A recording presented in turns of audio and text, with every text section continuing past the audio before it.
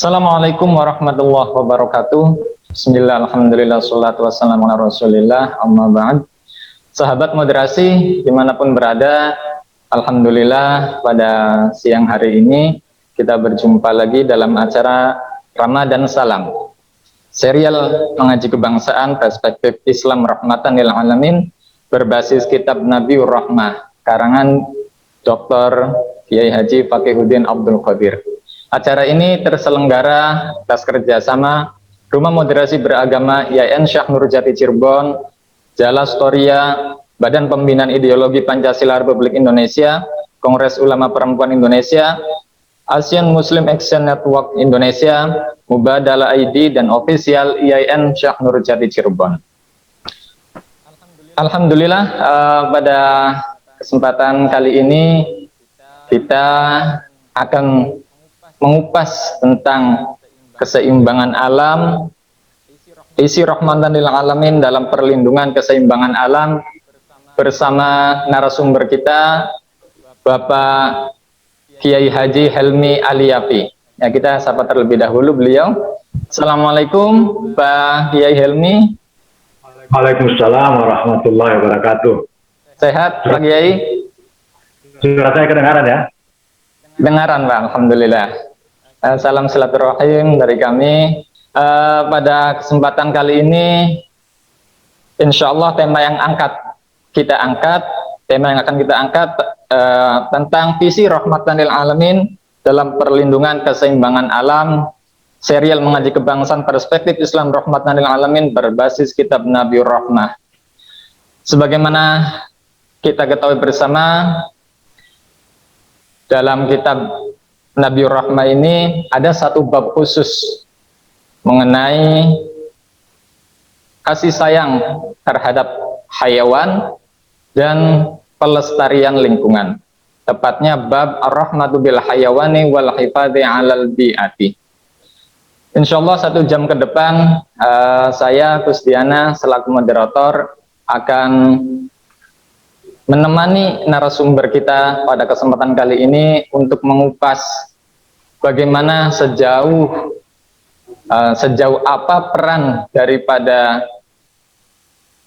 tokoh-tokoh agama, peran manusia secara umum maupun pemerintah dalam menjaga keseimbangan alam ini. Dalam kitab Nabiur Rahmah banyak hadis yang disitir oleh mu'alif Bapak Dr. Fakihuddin Abdul Qadir, diantaranya hadis tentang hakil hifadhi 'alal bi'ah, yakni hadis yang terdapat dalam Sahih Muslim riwayat Abi Hurairah radhiyallahu an, qala Rasulullah sallallahu alaihi wasallam, al-imanu bid'un wa sab'una aw bid'un wa sittuna syu'batan, fa afdaluha qaulu la ilaha illallah wa adnaha imatatul adza 'anit tariqi wal haya'u syu'batun minal iman. Ada satu hal yang digarisbawahi dalam kitab Nabiur Rahmah ini, yakni terlepas daripada afdal wa adnanya adalah sisi imatatul adza 'anit tariq, menyingkirkan duri di jalan. Di sini disebutkan bahwasanya hal ini bukan hanya sekedar menyingkirkan duri di jalan, tapi lebih dari itu bahwasanya hal ini adalah menjaga keseimbangan alam dan menjaga keselamatan jiwa manusia. Tentang peran manusia sendiri dalam mengelola keseimbangan alam, Allah Subhanahu wa taala sudah menegaskan dalam Al-Qur'an bahwasanya manusia ditunjuk menjadi khalifah di muka bumi ini, sebagaimana termaktub dalam Al-Baqarah ayat 30. Dan di sisi lain Allah Subhanahu wa taala memberikan predikat zalumang jahula dalam diri manusia yang pada saat itu akan mengemban atau bersedia mengemban amanahnya. Nah, pertanyaan awal yang akan kita kupas bersama narasumber kita Bapak Kiai Haji Helmi Aliyafi adalah bagaimana pandangan Bapak sendiri terkait dengan peran manusia sebagai imaratul ard, di mana dalam satu sisi Allah menjadikan manusia itu khalifah di muka bumi, sementara di sisi lain Allah memberikan predikat zaluman jahulah kepada Bapak Kiai Haji Helmi Aliyafi. Waktu dan layar kami persilakan. Assalamualaikum warahmatullahi wabarakatuh. Waalaikumsalam warahmatullahi wabarakatuh. Alhamdulillahirabbil alamin wa bihi nasta'in wa ala umuri dunya waddin. Wassalatu wassalamu ala sayyidina Muhammad wa ala alihi washabihi ajma'in. Amma ba'du. Terima kasih kesempatan yang diberikan untuk bincang-bincang siang ini. Menyangkut pertanyaan tadi, saya ingin sedikit memberikan ilustrasi bahwa alam ini kalau menurut ilmu pengetahuan itu tercipta miliaran tahun yang lalu. Nah, dalam prosesnya itu konon menurut para ahli beberapa kali mengalami kepunahan atau ancaman kepunahan. Terakhir itu ketika ada satu meteor yang sebesar lapangan bola masuk menimpa bumi dan itu memusnahkan seluruh kehidupan di atas permukaan bumi, baru pelan-pelan kemudian lalu muncul kembali. Nah, yang kedua, manusia modern dalam arti kita imagi baru muncul sekitar paling banyak 100.000 tahun yang lalu. Nah, saya melihatnya, memaknainya bahwa dari sejak awal penciptaan alam ini, pada dasarnya itu baru mencapai keseimbangan dan layak dihuni itu oleh manusia itu sekitar ketika manusia modern muncul, yakni Adam alaihissalam. Nah, oleh karena itu kemudian maka kepada manusia itu diberikan amanat bahwa atau sebenarnya mandat tugasnya sebagai khalifah adalah menjaga, salah satunya menjaga keseimbangan alam. Beberapa ayat itu dalam Al-Quran ada ayat, potongan ayat latus hidu fil ardi ba'da islahiyah, itu tersebar di berbagai tempat.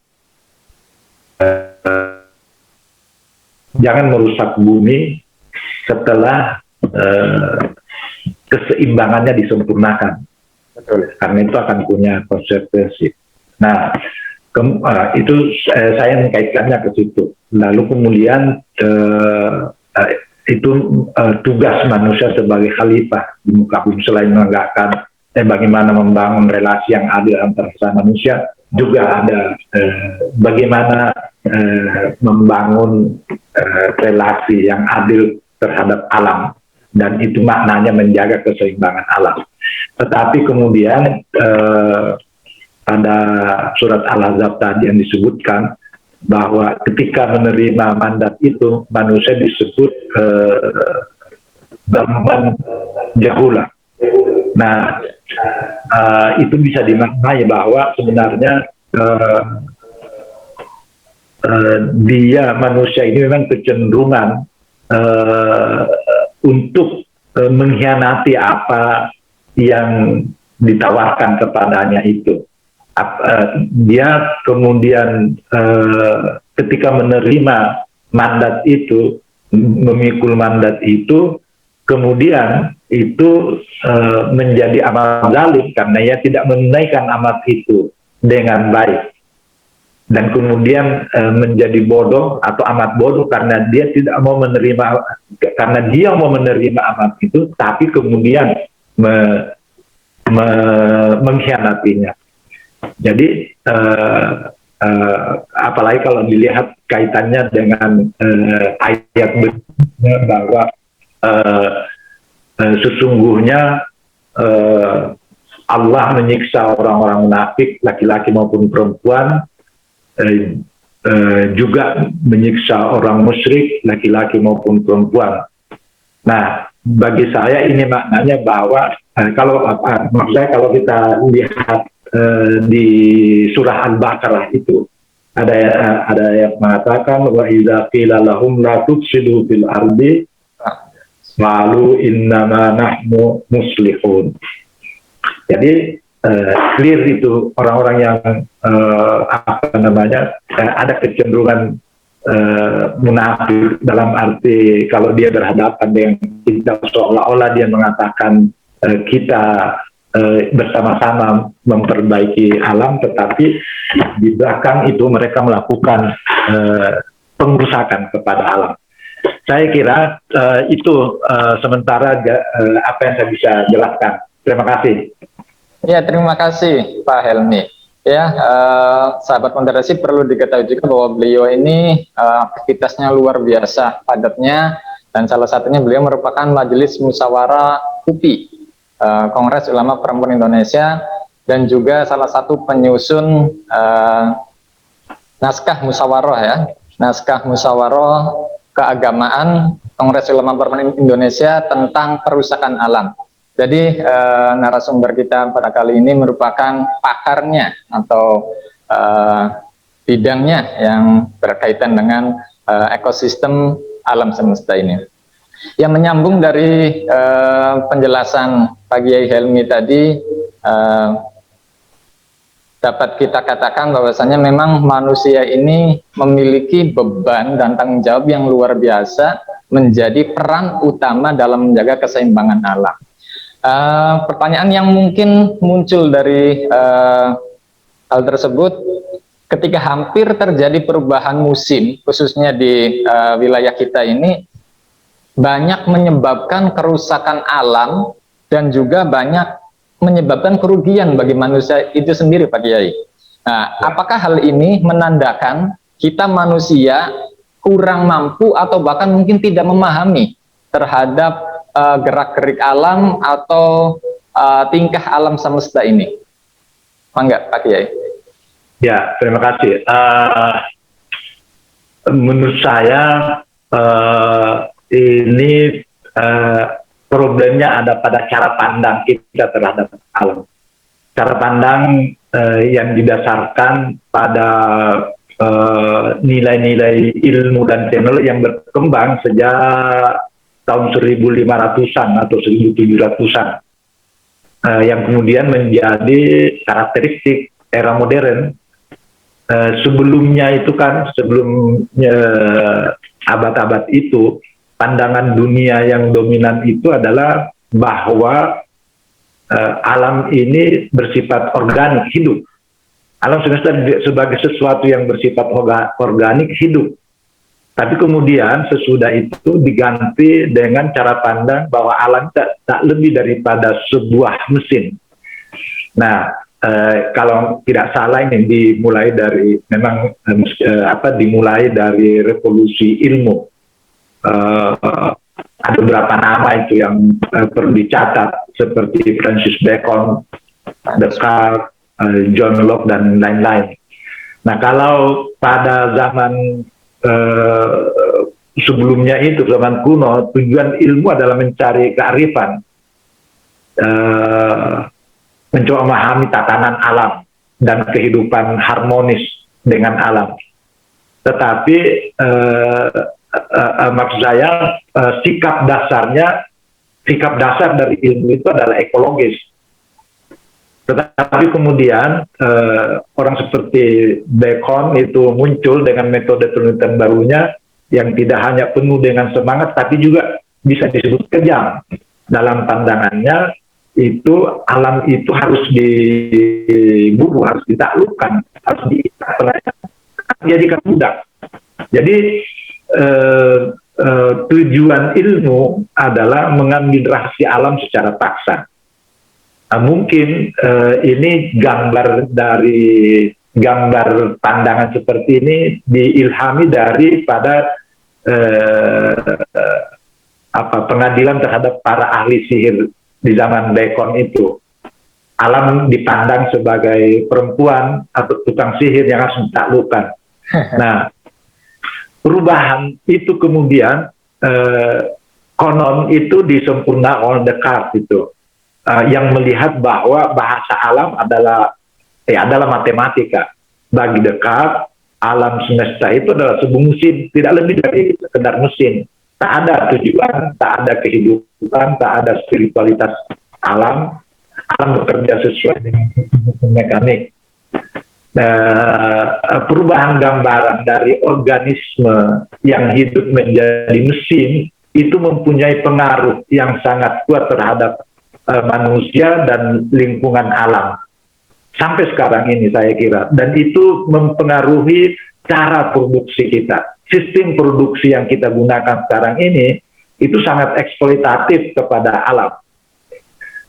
Didukung oleh ilmu pengetahuan dan teknologi, itu manipulasi dan mengeksploitasi alam, dan kayaknya ini menjadi karakter kebudayaan zaman modern. Itu yang membuat kemudian menurut saya terjadi kerusakan lingkungan, dan efeknya adalah segala macam banjir, segala macam bencana alam yang kita peroleh sekarang ini. Saya kira itu. Luar biasa sekali.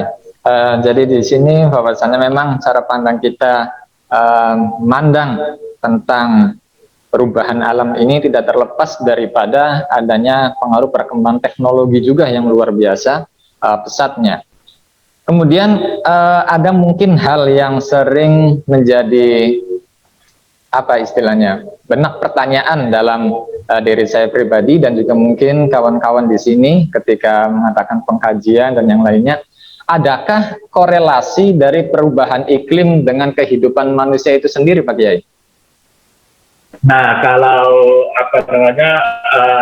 kita lihat ya pastilah. Misalnya gini, pemanasan global itu pasti mempengaruhi banyak hal. Kenaikan suhu bumi tidak hanya berdampak pada naiknya temperatur bumi, tapi juga itu mengubah sistem iklim. Dan itu berpengaruh. Misalnya berpengaruh kepada kualitas dan kuantitas air bersih, maksudnya air minum. Kemudian habitat, hutan, kesehatan, dan lain-lain. Kualitas air ini, sumber air kita itu semakin terkuras, habis, yang kemudian kuantitasnya juga semakin banyak tercemar.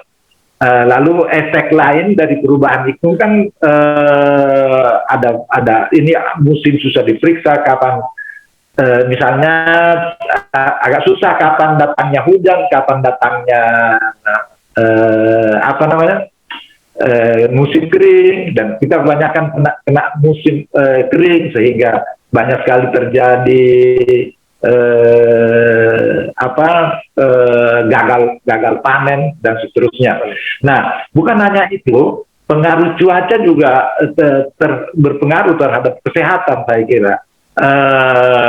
Perubahan iklim dapat mengakibatkan perubahan cuacanya ekstrim sehingga menimbulkan perubahan perilaku dan mental, seperti misalnya meningkat alergi dan risiko sakit jantung dan sebagainya. Saya kira itu bisa dikatakan pasti itu perubahan itu akan punya efek kepada kehidupan manusia. Ya, ya, dan itu memang sangat kita rasakan, Pak Kiai, ya. Artinya ketika gagal panen, bagaimana berpengaruh terhadap kualitas kehidupan baik sosial maupun individu masyarakat. Mungkin tadi disebutkan juga kualitas air, ya, air untuk minum ataupun untuk mandi dan yang lainnya. Ya, memang sangat berpengaruh sekali. Kemudian kita sedikit mengerucut ke lingkungan kita. Menurut Bapak sendiri, kondisi lingkungan khususnya di negara Kesatuan Republik Indonesia saat ini seperti apa, Pak? Apakah memang banyak muncul kebijakan-kebijakan yang dapat memicu atau menyebabkan kerusakan lingkungan? Saya kira problemnya ini berakar, perlu jauh ke belakang. Saya ingin mengambil titik dari masa Orde Baru. Nah, saya kira sejak zaman Orde Baru itulah terjadi kerusakan alam yang besar. Sebelumnya tentu saja sudah terjadi, cuman kita bisa mengatakan itu zaman mulai betul-betul eksploitasi terhadap alam. Itu kembali kepada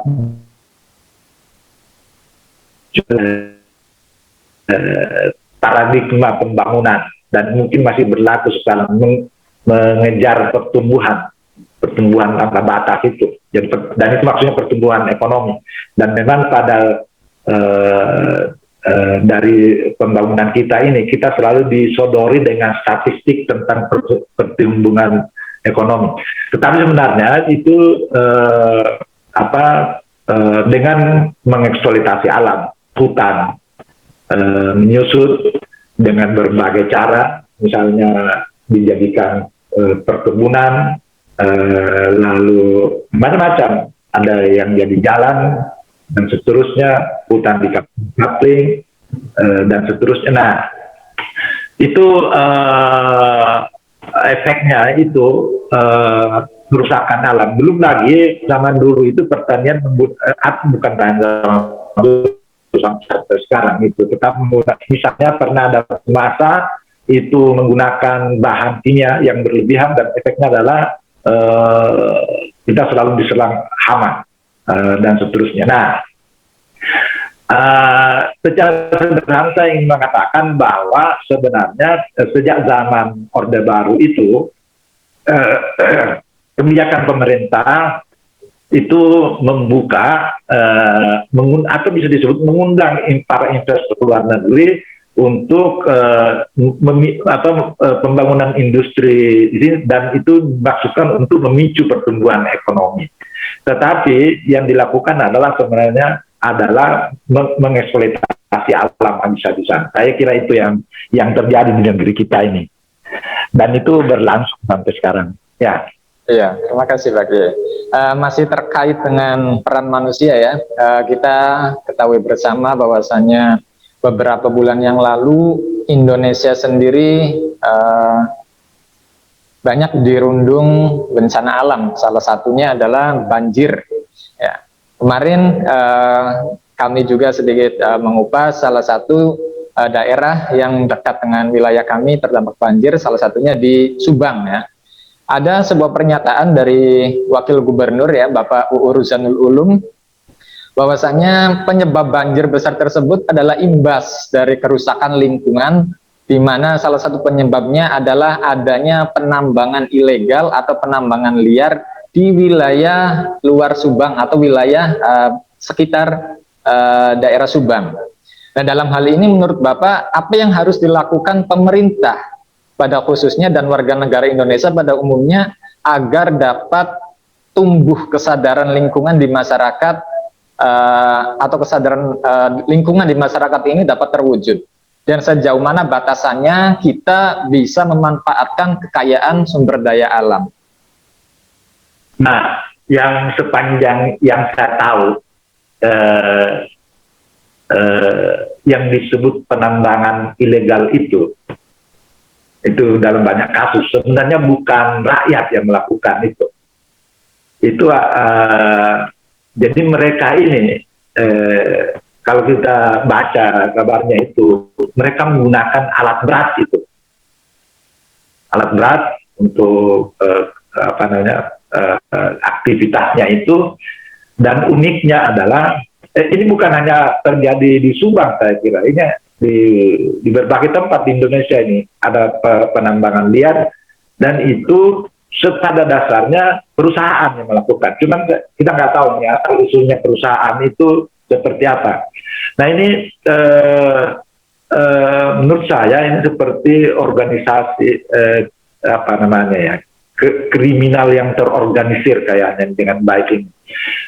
Karena ini ini bukan apa pemodal besar gitu. Nah, uniknya dalam banyak kasus, saya nggak tahu di Subang, tapi dalam banyak kasus biasanya kalau orang ribut itu mereka bisa menghilang atau ada yang ditangkap dan seterusnya. Tetapi begitu tenang itu datang lagi, dan uniknya adalah itu menggunakan wallahu alam apa yang terjadi itu biasanya menggunakan fasilitas pemerintah. Apa namanya? Jadi ketika ditanya apa yang harus dilakukan dengan itu, agak susah mengatakan itu. Nah, artinya yang biasanya memang kerepotan adalah pemerintah daerah yang berkorban. Tetapi ini saya kira terkait dengan relasi atau hubungan antara pusat dan daerah. Gimana caranya itu supaya mungkin seharusnya anggota DPR provinsi atau daerah ini yang harus diperkuat untuk menyuarakan hal-hal seperti ini.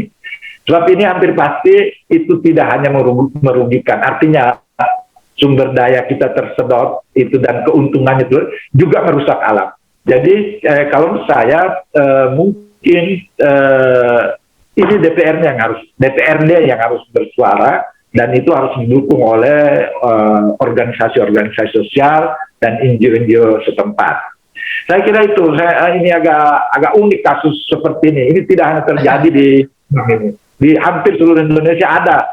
Iya. Ada pengembangan liar yang sebenarnya modalnya besar, bukan rakyat. Oh iya. Kemudian terkait dengan pemanfaatan sumber daya alamnya atau kekayaan sumber daya alamnya, kira-kira sejauh mana batasannya kita dapat dikatakan bisa memanfaatkan kekayaan sumber daya alam tersebut? Ya itu saya nggak tahu. Ini sekarang kita sudah masuk dalam dunia modern, apa namanya, dunia yang sangat megah ya. Sebenarnya kan apa namanya, dunia modern ini mendorong kita untuk hidup dalam kemewahan. Nah,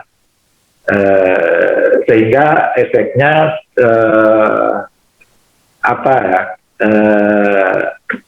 tadi mengejar pertumbuhan itu yang membuat proses produksi dan sistem produksi itu tidak terkontrol dengan baik. Nah, sejauh mana batasannya? Seharusnya memang sih sederhananya hidup sederhana gitu. Sederhana dalam arti gini, tidak konsumtif. Tidak konsumtif itu kan artinya tidak membeli barang yang tidak perlu, tidak membeli barang yang sebenarnya masih ada yang lain yang bisa digunakan gitu. Karena memang para orang-orang yang mengendalikan sistem produksi ini itu memang ingin merangsang kita supaya nafsu belanja kita itu semakin menjadi-jadi. Nah, dan repotnya sebenarnya ketika hal itu terjadi itu punya dampak kepada eksploitasi terhadap alam itu. Padahal kita sebenarnya sudah diingatkan supaya tidak hidup untuk tidak berlebihan itu.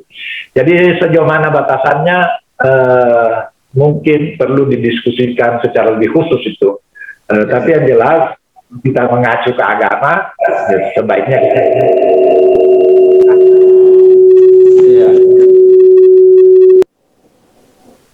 Ya, terima kasih Pak Kiai. Paling tidak 2 poin dasar yang saya garis bawahi, sisi kesederhanaan dan penggunaan sesuai dengan kebutuhan. Artinya tidak ada sisi berlebihannya. Seperti itu ya, Pak Kiai. Ya, kemudian kebetulan kemarin kami juga sedikit mengadakan diskusi. Salah satunya adalah fatwa Kongres UPI ya, tentang atau naskah hasil musyawarah UPI tentang perusakan alam, di mana salah satu perumusnya juga Bapak Kiai Helmi. Jadi kebetulan di sini juga perlu saya tanyakan lebih langsung. Ada satu poin yang menurut saya sangat menarik di sini, yakni pada poin rekomendasi masyarakat disebutkan pada poin A, adanya atau melakukan gerakan penyelamatan ibu bumi, di mana perempuan menjadi sentral dari pelestarian alam dan menjaga keseimbangan ekosistem. Nah, di sini yang mungkin perlu saya tanyakan, sejauh mana urgensi keterlibatan perempuan dalam menjaga kelestarian dan keseimbangan alam? Begini, ini gagasan dasarnya sebenarnya itu bahwa sebenarnya yang paling memperoleh kerepotan itu kalau dengan persoalan lingkungan itu adalah para ibu-ibu, para perempuan. Dan mereka lah yang misalnya mereka yang paling pertama merasakan bagaimana pemanasan global itu. Mereka yang paling pertama merasakan tentang rusaknya air, kualitas dan kuantitas air. Nah, oleh karena itu kita bisa mengatakan ibu-ibu itulah atau perempuan itulah yang sebenarnya memang bisa dianggap menjadi bisa menjadi sentral dari upaya pelestarian alam ini. Dan faktanya juga begitu kemudian. Nah, sebenarnya ada beberapa, misalnya kalau ini misalnya di Rahimah salah satu ini Rahimah temannya Fahmina sama-sama dalam UPI. Nah, Rahimah ini punya simpul-simpul jaringan di beberapa daerah. Nah, aktivitasnya sebenarnya itu terkait dengan upaya menjaga keseimbangan ekosistem. Mereka membangun ekonomi daerah pedesaan, tetapi dengan tetap menjaga keseimbangan ekosistem. Mereka adalah kader-kader yang dibentuk melalui pendidikan kader ulama perempuan Rahimah. Ada tersebar begitu, ada di Kalimantan, ada di mana. Nah, salah satunya itu misalnya ada di Kalimantan sekarang, kalau nggak salah namanya Eni, itu mencoba mengorganisir masyarakat setempat kembali melakukan pertanian atau perkebunan alami. Itu salah satu bentuknya itu. Yeah. Nah, dan kemudian bukan hanya sekedar itu, mereka bisa memasarkan juga bersama-sama hasil produksinya itu. Tapi itu betul-betul dasarnya pada kembali ke bertani secara alami itu. Lalu ada juga Ibu Cici Parha itu membangun komunitas, semacam komunitas di Ledok Ombong. Itu juga mencoba mengembangkan perkebunan yang mengacu kepada pelestarian alam dan mengorganisir produk-produk setempat itu. Itu saya kira bentuk-bentuknya itu yang ada sekarang ini. Iya, terima kasih Pak Kiai. Jadi istilahnya memang peran perempuan tadi sudah disebutkan beberapa contoh daripada penerapan gerakan-gerakannya memang sudah berjalan, dan diharapkan memang ke depan bisa menjadi pionir ya, menjadi pionir dalam membangun kesadaran di masyarakat akan pentingnya menjaga keseimbangan alam. Kemudian juga berkaitan dengan peran tokoh agama atau peran ulama dalam hal menjaga keseimbangan alam tidak lengkap atau tidak istilahnya ya, tidak lengkap kalau tidak mengetengahkan salah satu pemikiran tokoh ulama Indonesia, Kiai Haji Ali Yafi, ayahanda dari narasumber kita pada kali ini, di mana salah satu terobosan pemikiran beliau adalah menciptakan prinsip syariah keenam atau yang dikenal dengan istilahnya hifdzul bi'ah, artinya menjaga ekosistem atau menjaga kelestarian alam. Di sini beliau merupakan salah satu ulama yang vokal dalam menyuarakan pelestarian lingkungan ya. Jadi artinya konsep fiqhul bi'ah ini memang menjadi sebuah garapan atau menjadi sebuah tren ya yang harus digalakkan oleh para tokoh agama yang lainnya, khususnya dalam menjaga keseimbangan ekosistem dan alam di Indonesia. Nah, di sini yang mungkin akan saya tanyakan dalam sudut pandang Bapak sebagai tokoh agama dan sebagai pengasuh pesantren, sejauh ini langkah apa saja yang sudah diambil oleh para ulama, ya, artinya para tokoh agama dalam memberikan pemahaman kepada masyarakat terhadap penerapan konsep hifdzul bi'ah tersebut? Nah, ini yang mungkin perlu semacam studi sendiri. Saya belum pernah itu, tetapi saya kira yang saya tahu sekarang itu ada beberapa pesantren yang berdiri diri sebagai pesantren hijau, atau ada pesantren apa istilahnya, tapi pesantren yang kira-kira ingin mengambil bagian secara aktif dalam upaya pelestarian lingkungan. Mereka misalnya, kalau saya tidak salah ingat itu di Jawa Tengah ada pesantren yang memang mengajak santri menanam pohon-pohon, lalu ketika santrinya pulang juga disuruh melakukan hal yang sama di kampungnya gitu, dan seterusnya. Ada pesantren juga yang mencoba memproduksi apa yang mereka makan atau makan apa yang mereka produksi, artinya menjadi semacam pesantren yang memenuhi kebutuhannya sendiri dari upaya membangun mengacu kepada menjaga kelestarian lingkungan itu. Dan ada beberapa hal yang dilakukan. Itu dulu waktu Kiai Ali Afi membuat bukunya itu tentang lingkungan hidup, sebenarnya ada rekomendasi dari buku itu. Misalnya salah satu yang saya kalau tidak salah ingat itu adalah bagaimana supaya isu pelestarian lingkungan ini masuk ke dalam kurikulum sekolah. Tetapi saya nggak tahu, itu tampaknya belum terwujud. Dan beberapa organisasi seperti NU, Muhammadiyah, saya kira punya kajian-kajian khusus tentang lingkungan, isu-isu lingkungan hidup. Itu saya kira yang dilakukan. Artinya kalau mau disebut apa yang sudah terjadi, beberapa organisasi, institusi pendidikan sudah mencoba melakukan itu, tapi secara mandiri. Rekomendasi kepada pemerintah untuk memasukkan isu lingkungan ke dalam kurikulum mungkin belum terwujud sampai sekarang.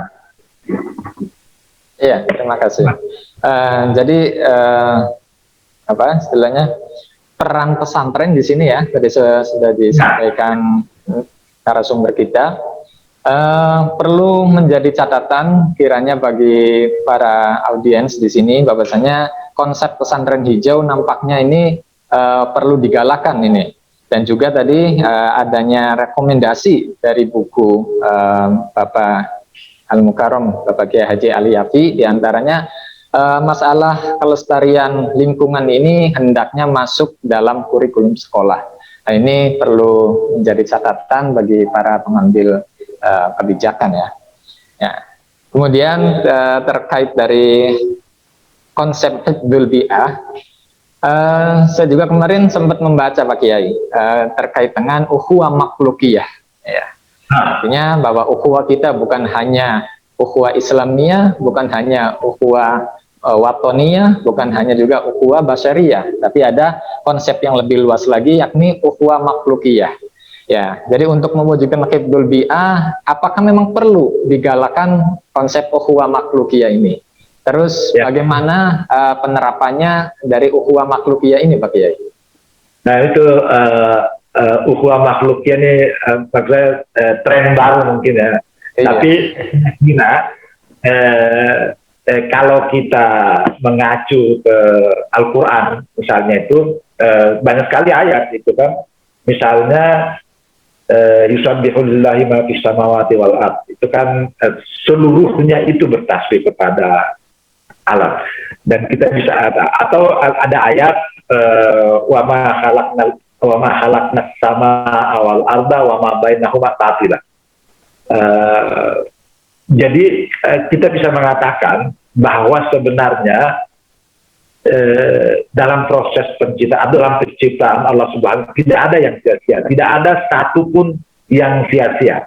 Itu semua ada dalam kerangka bagaimana keseimbangan ekosistem itu terjaga. Nah, oleh karena itu kalau kita kemudian mau berlaku semena-mena, itu entah itu kepada apa saja makhluk yang kecil-kecil yang tidak terlihat, itu efeknya akan kita alami sendiri. Nah, saya ingin ambil contoh misalnya gini. Saya kira kita mengalami COVID-19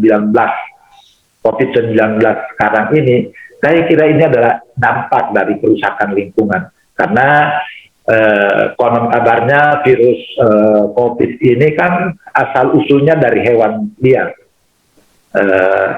Nah, problemnya adalah ketika kita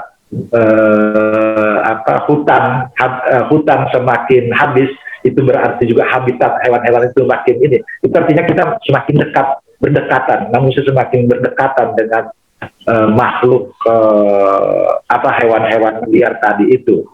Nah, itu satu hal.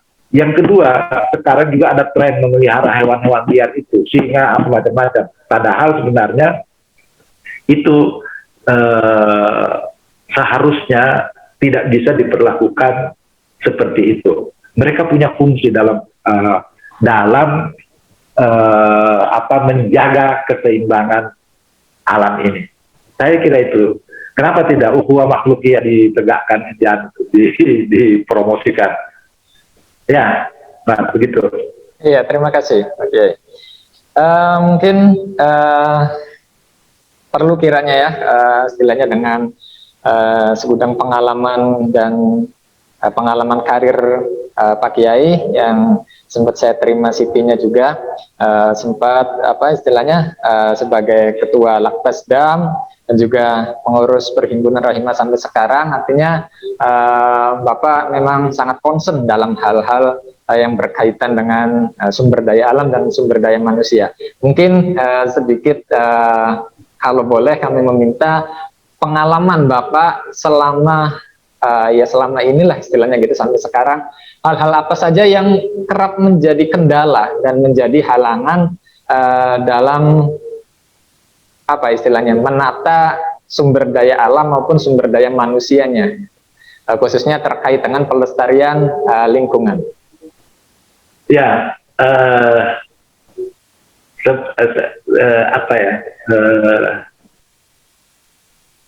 ini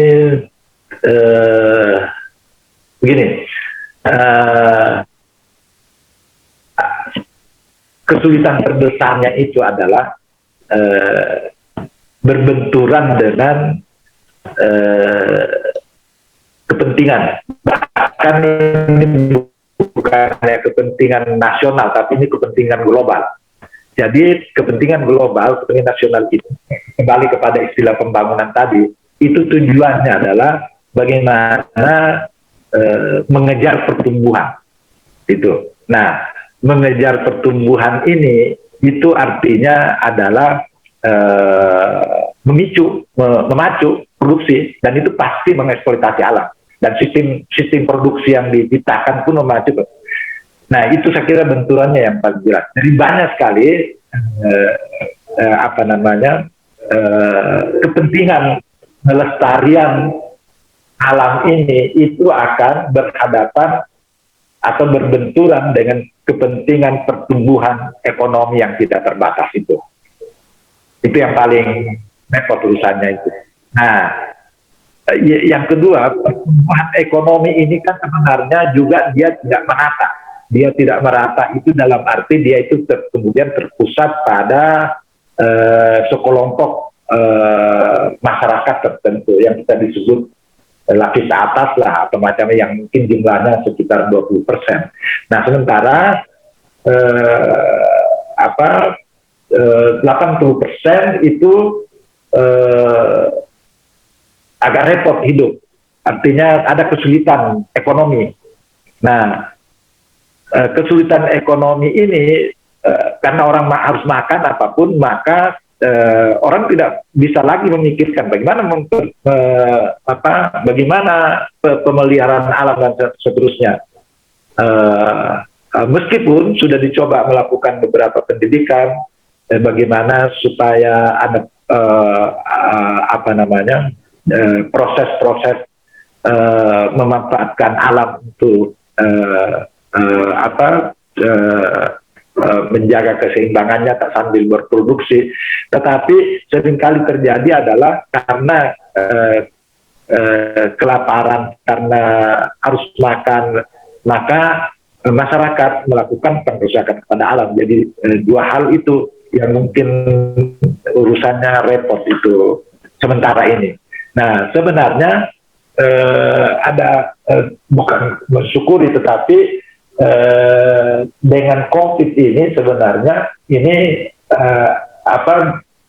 seharusnya maksud saya itu memberikan pelajaran kepada kita bahwa efek daripada sistem produksi yang eksploitatif seperti yang kita kembangkan selama ini itu ternyata membawa bencana yang maha dahsyat, dan dampak yang kita hadapi sekarang, yang kita hadapi sekarang COVID, yang kita belum tahu sampai kapan berakhirnya. Saya kira itu Mas ininya. Iya, terima kasih Pak Kiai. Ya, tidak terasa ya, luar biasa penjelasan dari narasumber kita Bapak Kiai Haji Helmi Aliyapi. Ya, karena memang pakarnya, jadi artinya tidak sebatas teori saja artinya yang bisa beliau sampaikan, tapi pengalaman-pengalamannya juga dapat memberikan inspirasi bagi kita semua agar memang dapat menjaga kelestarian dan keseimbangan ekosistem alam sebagaimana tadi sudah diungkapkan narasumber kita. Peran alam dan pengaruhnya ini memang sangat erat dengan kehidupan kita sehari-hari. Satu pertanyaan mungkin sebelum mengakhiri diskusi ini Pak Kiai, saran apa yang bisa Bapak berikan untuk masyarakat pada umumnya dan untuk akademisi kampus pada khususnya seperti kami-kami ini agar dapat mengoptimalkan peran dalam pengelolaan dan pemeliharaan lingkungan?